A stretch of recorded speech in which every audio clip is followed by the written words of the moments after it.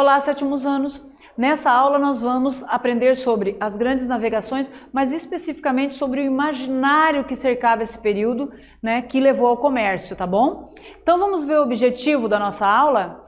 Compreender o imaginário dos navegadores europeus envolvidos no comércio marítimo da Idade Média. Tá? Então temos aqui uma caravela para vocês já entenderem do que nós vamos falar, né?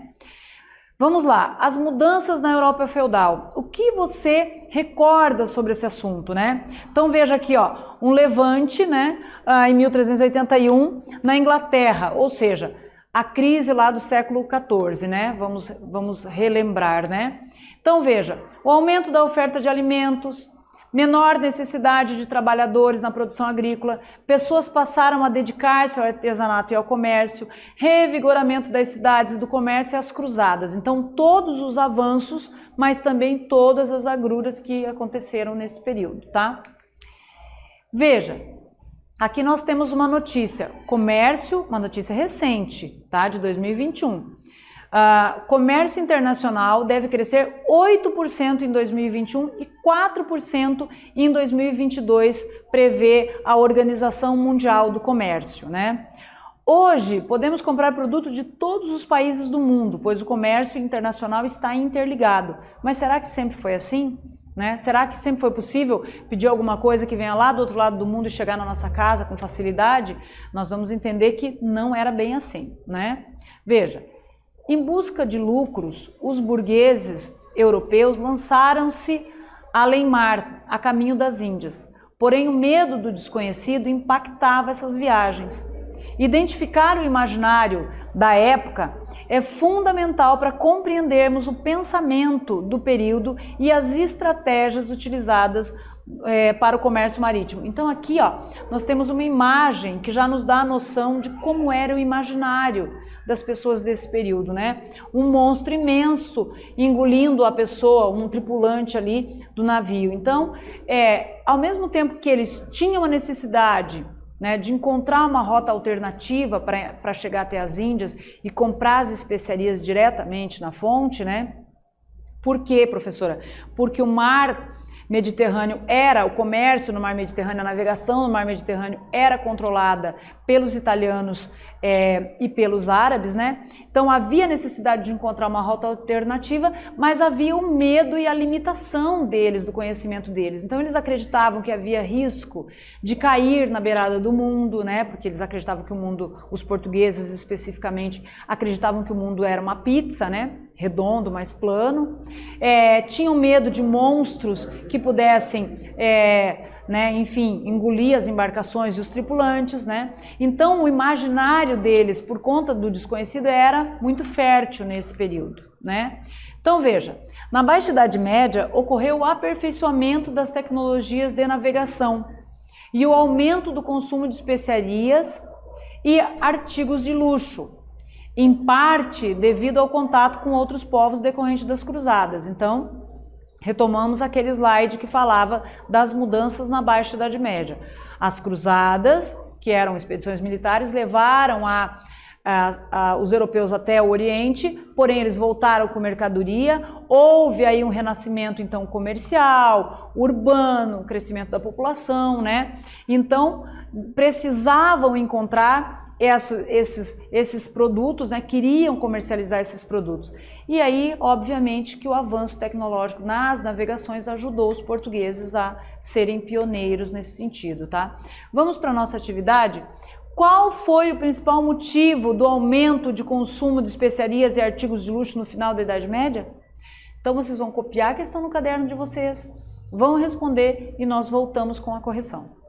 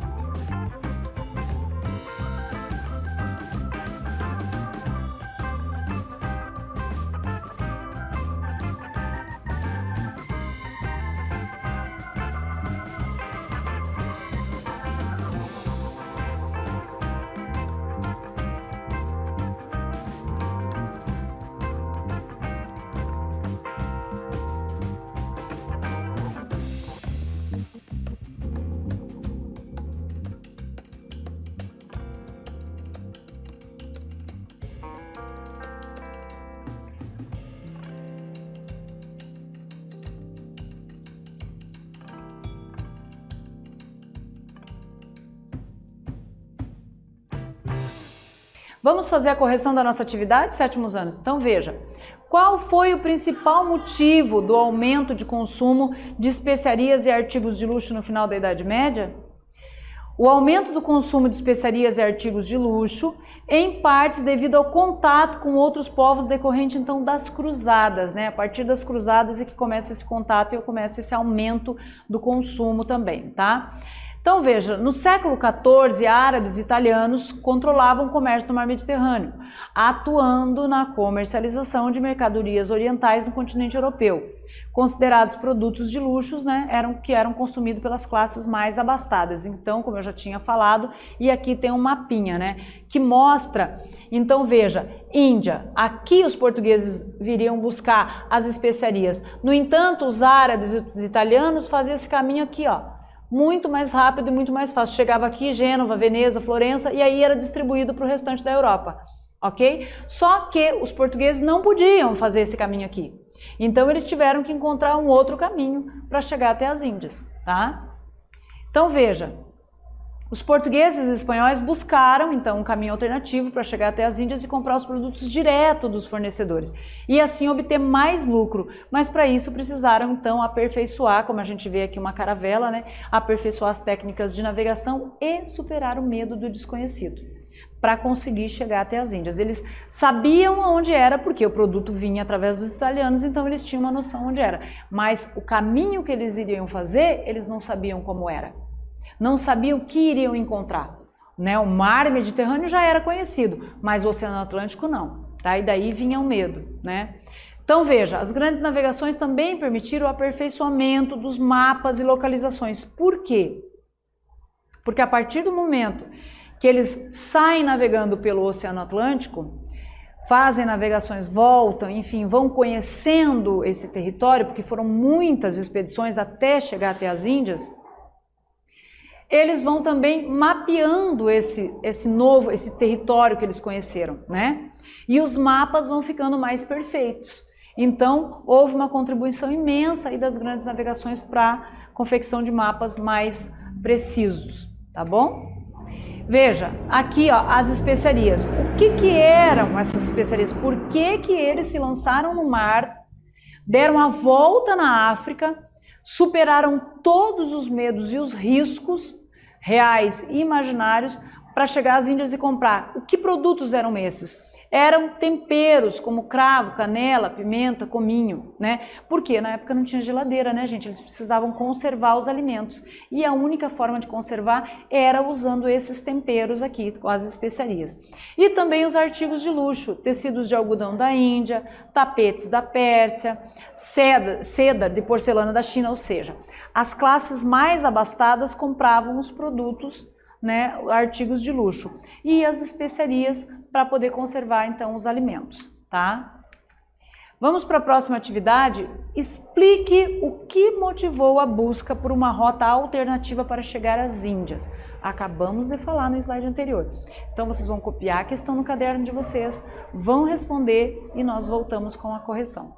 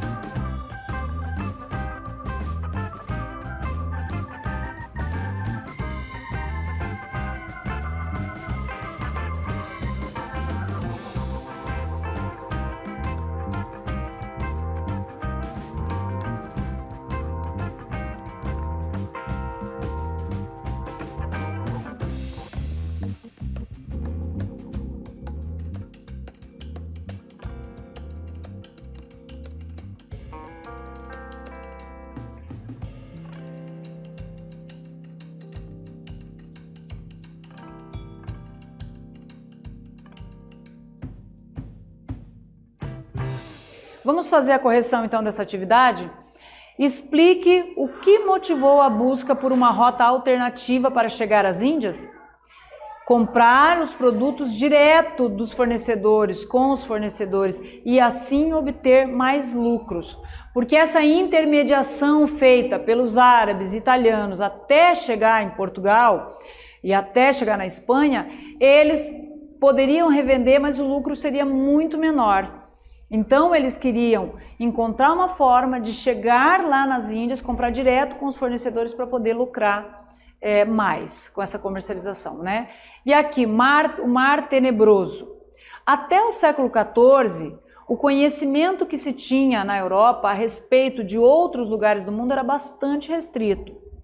As informações sobre o tema eram retiradas de lendas e registros escritos por pessoas que haviam estado no chamado Mar Tenebroso, como era conhecido o Oceano Atlântico. Então, como eles não navegavam no Oceano Atlântico, embora os portugueses já praticassem navegação de cabotagem ali, né, próximo do litoral, já pescavam, né, no mar aberto, mas ainda assim o conhecimento que se tinha do Oceano Atlântico era muito limitado.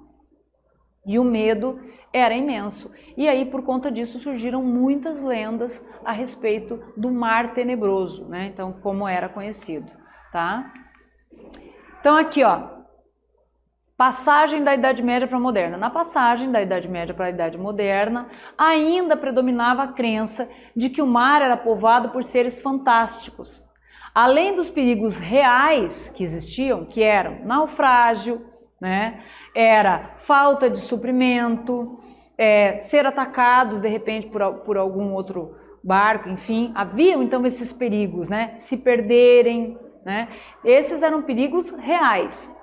Havia também o medo deles, o perigo imaginário, né? Que eram as crenças então em sereias, monstros marinhos e seres híbridos, né? E ali então a pergunta: você conhece algum mito presente nos nossos dias, né? Porque aqui era um mito, eles acreditavam nisso. Olha essa imagem, né? A imagem então de um monstro aqui, um polvo imenso, né? Que pegava o barco, ó, quebrava o barco no meio. Então eram esses animais que eles acreditavam ser enormes, com a possibilidade de engolir os barcos e a tripulação, que causava mais medo, né? As sereias que encantariam eles e fariam eles de repente parar num lugar que não era né, o trajeto que eles deveriam fazer. Então isso causava medo neles, mas esse medo era um medo imaginário, tá? Então veja aqui, ó, crenças em animais fantásticos. Bestiário eram catálogos, manuscritos realizados por monges católicos que reuniam informações sobre animais reais e fantásticos. Tá? A caça ao unicórnio numa iluminura do bestiário de Rochester, no século XIII. Né? Então veja que até mesmo os religiosos acreditavam nessas lendas, né? E faziam aí o catálogo para mostrar sobre isso, sobre esses animais fantásticos. Vamos para a nossa próxima atividade? Qual era a crença que predominava na passagem da Idade Média para a Idade Moderna a respeito do mar para os navegadores?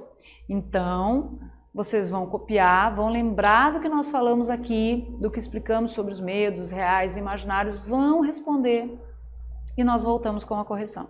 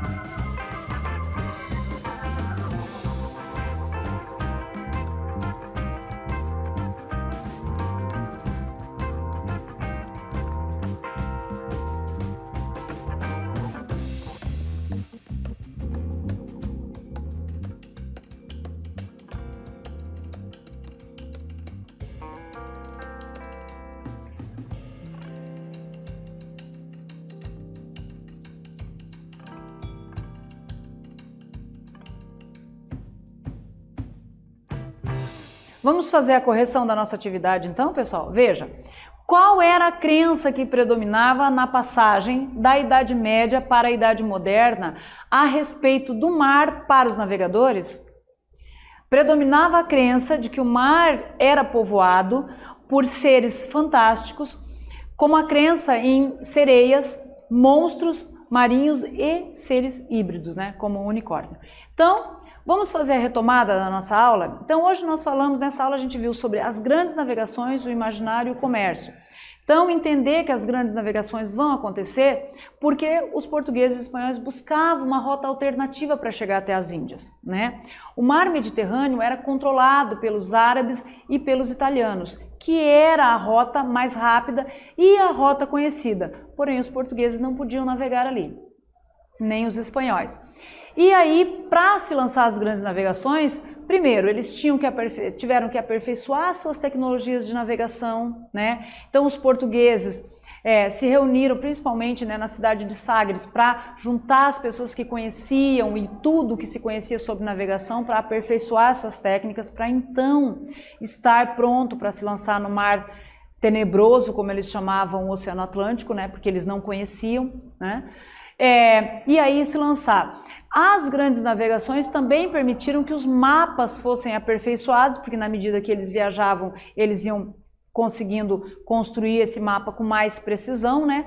Mas eles tiveram, se lançando ao desconhecido, tiveram que enfrentar os medos que eles tinham e as crenças, né, que eles tinham de que houvessem monstros marinhos que pudessem engolir os navios, enfim, sereias que encantassem os navegadores, né, além também dos medos reais, que era o medo do naufrágio, né, a falta de suprimento, o encalhe de navios, enfim. Então, eles tiveram que superar todos esses medos, se lançaram no Oceano Atlântico e conseguiram, então, chegar até as Índias, tá? Foi isso que nós vimos nessa aula. Eu espero que vocês tenham gostado e até a próxima.